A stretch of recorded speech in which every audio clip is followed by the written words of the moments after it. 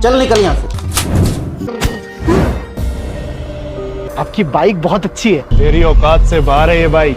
भटक रहा हूँ सर नौकरी के लिए, प्लीज सर नौकरी दे दीजिए, please sir, I request you, please sir. अबे तू पागल है, क्यों रो रहा है किशन? अरे भाई क्यों रो रहा है तू? हाँ रो रहा हूँ मैं। कबाड़ी वाले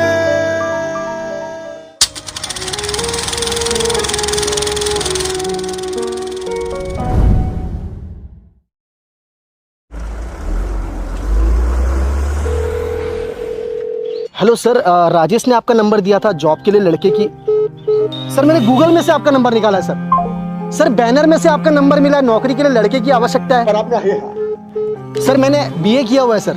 अच्छा एजुकेटेड हो? जी सर जी। 35,000 लगेगा सर पैसे तो इतने हैं नहीं मेरे पास। फोन के झक मारने के लिए क्या? हेलो सर, नौकरी के लिए लड़के।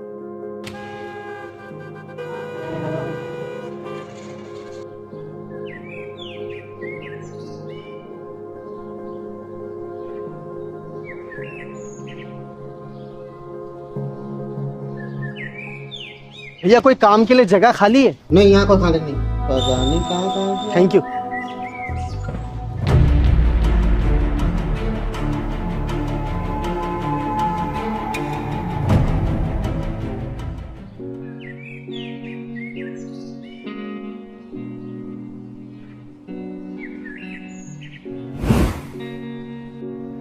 वाह क्या बाइक है यार, काश मेरे पास भी एक ऐसी बाइक होती तो मैं उसे ऐसे चलाता।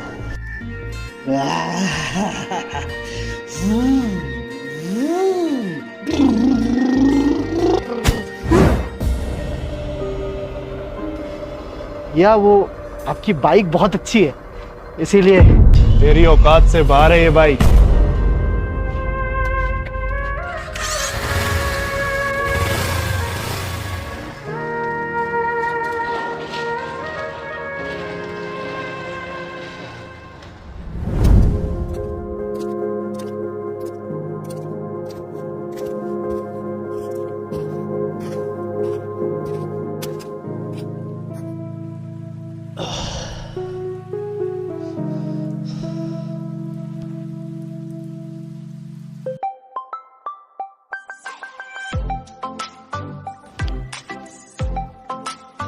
हाँ कैसी हो आप? और अब पापा की तबीयत कैसी है? सब ठीक है बेटा, तू यहाँ की चिंता छोड़, ये बता तेरी नौकरी कैसी चल रही है? अरे माँ, तेरा बेटा इतने बड़े पोस्ट पर है कि दिन भर एसी में बैठकर बस ऑर्डर देता रहता है। जो भी चाहिए घंटी बजाओ, सामने हाजिर हो जाता है। हाँ बेटा, तूने इतनी मेहनत से दिन रात पढ़ाई की और डिग्री हासिल की, तो बेटा तुझे तो ये नौकरी मिलनी ही थी। जी माँ। बेटा इस बार पैसे नहीं भेजे तूने? हाँ माँ, इस बार थोड़ा लेट होगा। वो हमारे कंपनी के जो ऑनर है वो बाहर देश गए हुए, उनको आने में थोड़ा वक्त लगेगा, तो सभी की सैलरी लेट होगी। अच्छा बेटा, पापा की दवाई में लेट नहीं कर सकते, उनकी बीमारी दिन ब दिन बढ़ती जा रही है, उन्हें टाइम पर दवाई लेकर देना बहुत ज़रूरी है। और कर्जे वाले भी नहीं समझते, बाहर आकर बेइज्जती करके चले जाते हैं। पापा हार्ट पेशेंट हैं बेटा, और ये लोग। माँ तो चिंता मत कर, मैं 1-2 दिन में भेजता हूँ, मैं पैसे मैं करता हूँ। बेटा तू ठीक तो है ना? हाँ माँ, मैं बिल्कुल ठीक हूँ, बहुत खुश हूँ मैं। पता नहीं बेटा, मुझे ऐसा क्यों लगता है कि तू मुझसे कुछ छुपा रहा है। फिर शुरू हो गई माँ तेरी CID वाली जासूसी। मैंने कहा ना मैं ठीक हूँ। अच्छा फोन रखता हूँ, मुझे कुछ काम है। ठीक है बेटा, पहले काम जरूरी है, ध्यान रखना अपना। जी माँ, तू भी ध्यान रखना अपना और पापा का भी। कैसे बताऊं माँ को कि मुझे नौकरी अब तक नहीं मिली है? कैसे बताऊं, इस शहर में कंपटीशन बहुत है, कोई सीधे मुंह बात नहीं करता। कैसे बताऊं, मेरे जैसे ना जाने कितने लोग इस शहर में डिग्री लेकर भटक रहे हैं। बेरोजगारी की ज़िंदगी जी रहे हैं। अगर मेरे दोस्त राजेश ने मेरी मदद नहीं की होती तो मैं माँ को पैसे भी नहीं भेज पाता। अब उससे भी किस मुंह से पैसे मांगूं? मेरी नौकरी अब तक नहीं लगी है। राजेश ने मुझे अपने घर पर रहने दिया, यही मेरे लिए बहुत है।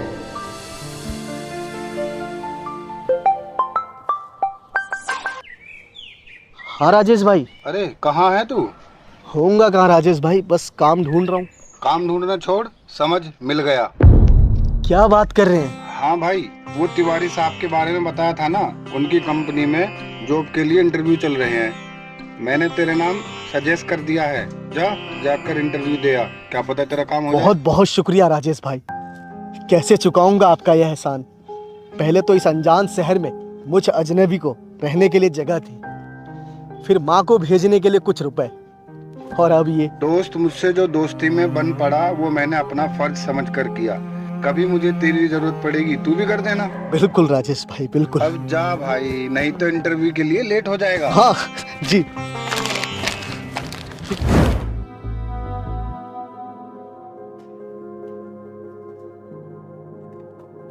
ठीक है।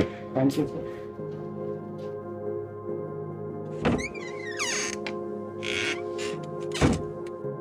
नमस्ते सर। बैठो। सर राजेश भाई ने जैसे ही बताया मैं वैसे ही आ गया। ये मेरी डिग्री है सर, मैंने बीए किया है सर।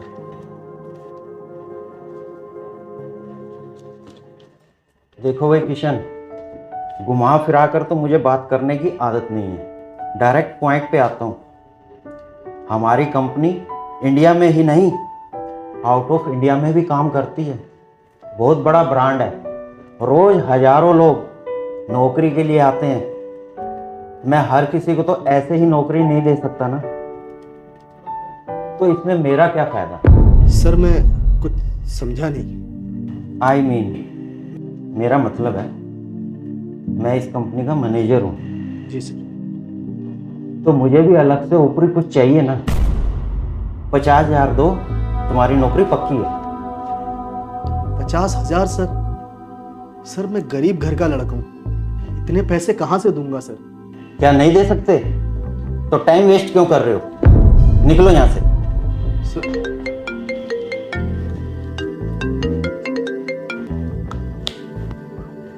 अरे मल्होत्रा साहब जी, पैसे आ गए हैं अकाउंट में, चिंता मत कीजिए, आपके बेटे की नौकरी पक्की है।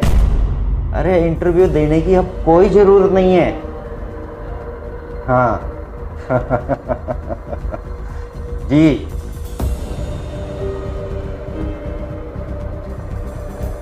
अरे गया नहीं अभी तक तू भाई?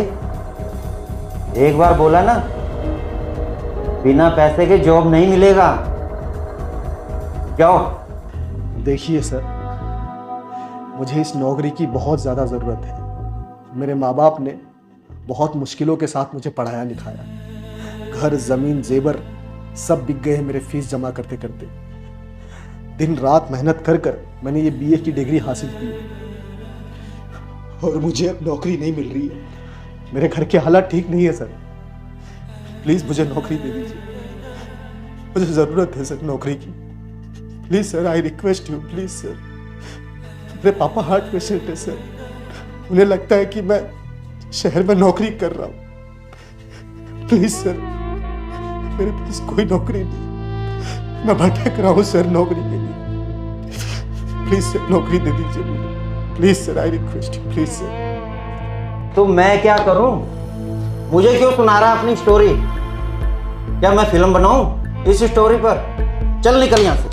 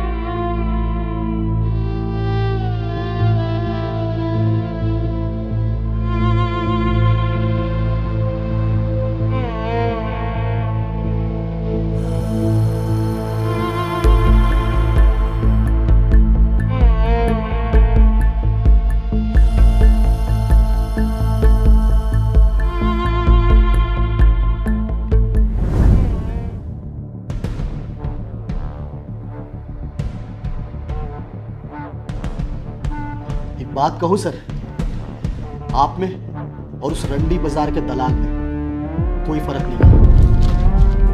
क्या बोला तू मुझे? दलाल हूं मैं? रुक, बताता हूँ तुझे मैं। पकड़ो इसे कोई। एक तो राजेश के कहने पे बुलाया तुझे, दलाल बोलता है मुझे तू।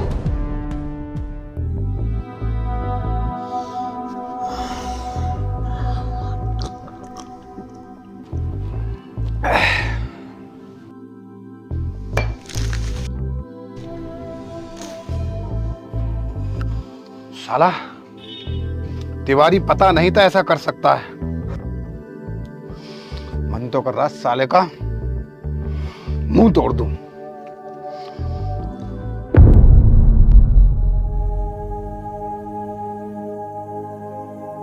किशन, तू रो रहा है? किशन, तू रो रहा है भाई? किशन, अबे तू पागल है, क्यों रो रहा है? किशन, अरे भाई क्यों रो रहा है तू? हाँ रो रहा हूं मैं, दिल भरा है इसीलिए आंखों से आंसू निकला। राजेश भाई, इसके अलावा ऑप्शन भी क्या है मेरे पास, बताइए।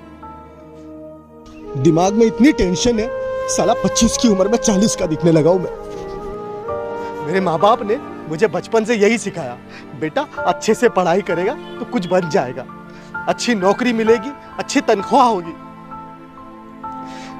लेकिन देखो, पढ़ाई लिखाई करके बीए पास हो गए, लेकिन दर बदर नौकरी के लिए भटक रहे बस, और नौकरी नहीं मिली। मुझे पढ़ाने के लिए मेरे पापा ने घर जमीन सब बेच दिए, यहाँ तक कि मम्मी के जेवर तक बिक गए। राजेश भाई, हमारे गांव में हम एक लौते हैं जो अपने ही बेचे हुए मकान में किराए पे रहते हैं अब, और ऊपर से कर्ज अलग है। इन सब का बोझ पापा पर इतना पड़ गया कि उन्हें 2 बार अटैक आ चुका है राजेश भाई, 2 बार। डॉक्टर ने साफ साफ बोला है, अगर तीसरी बार अटैक आया तो पापा नहीं बचेंगे। इतना कुछ होने के बावजूद भी मम्मी पापा को अपने बेटे पर यानी मुझ पे यकीन है कि मेरा बेटा शहर जाकर कुछ बड़ा करेगा, अच्छा काम करेगा, नाम करेगा, नौकरी करेगा। लेकिन यहाँ तिवारी जैसे लोगों ने हम जैसे पढ़े लिखों को उंगली पर नचा रखा है। जिसने पैसा दिया उसकी नौकरी पक्की, चाहे उसमें साला काबिलियत हो या ना हो। और हमारे जैसे स्ट्रगलर बस भटक रहे क्योंकि पैसा नहीं है हमारे पास। हम गरीब है, पैसे कहां से देंगे? पहले पढ़ाई करने के लिए घर जमीन बेचो, फिर नौकरी पाने के लिए रिश्वत दो। कोई इज्जत नहीं है राजेश भाई हम पढ़े लिखों की, कोई इज्जत नहीं। अरे होगी भी कैसे, साला गरीबी में जन्म लिया। काश ऊपर वाले ने 2 ऑप्शन दिए होते नीचे भेजने से पहले, गरीबी में पैदा होना है या गरीबी में पैदा होते ही मर जाना है, तो मैं दूसरा वाला ऑप्शन चुनता। राजेश भाई, गरीबी में पैदा होकर मर जाना बड़ा आसान है, लेकिन गरीबी में जीना बहुत मुश्किल का काम है, बहुत मुश्किल का। राजेश भाई, ये गरीबी जो है ना, तिनका तिनका मारती है, तिनका तिनका इंसान को पागल कर देती है गरीबी। देख रहे हो मेरी हालत, देख रहे हो? ये गरीबी नहीं है तो और क्या है राजेश भाई, क्या है? नहीं होता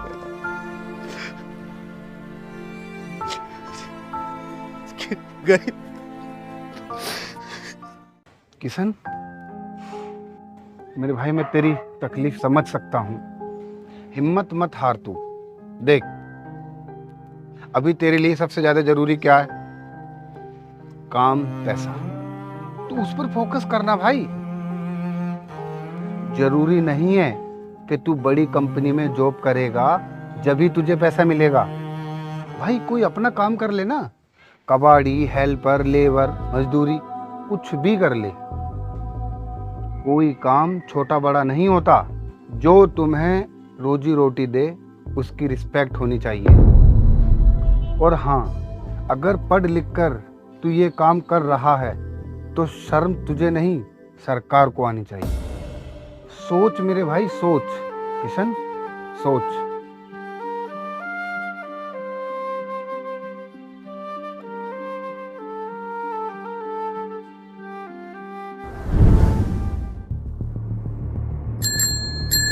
कबाड़ी वाले, कबाड़ी वाले, कबाड़ी वाले, कबाड़ी वाले।